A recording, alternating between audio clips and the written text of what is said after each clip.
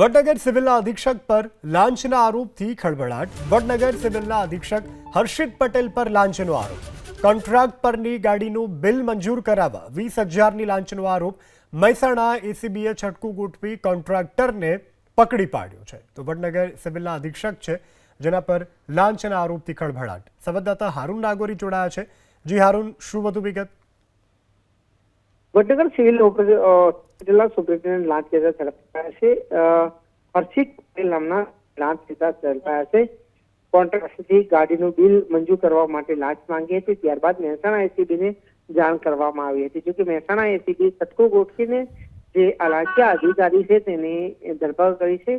કુલ 20,000ની લાંચ લેતા મહેસાણા એસીબીના હાથે ઝડપાયા છે. અને આ સમગ્ર મામલે હવે એસીબીએ તપાસ શરૂ કરી છે. જી હારૂન, સમગ્ર જાણકારી બદલ આભાર.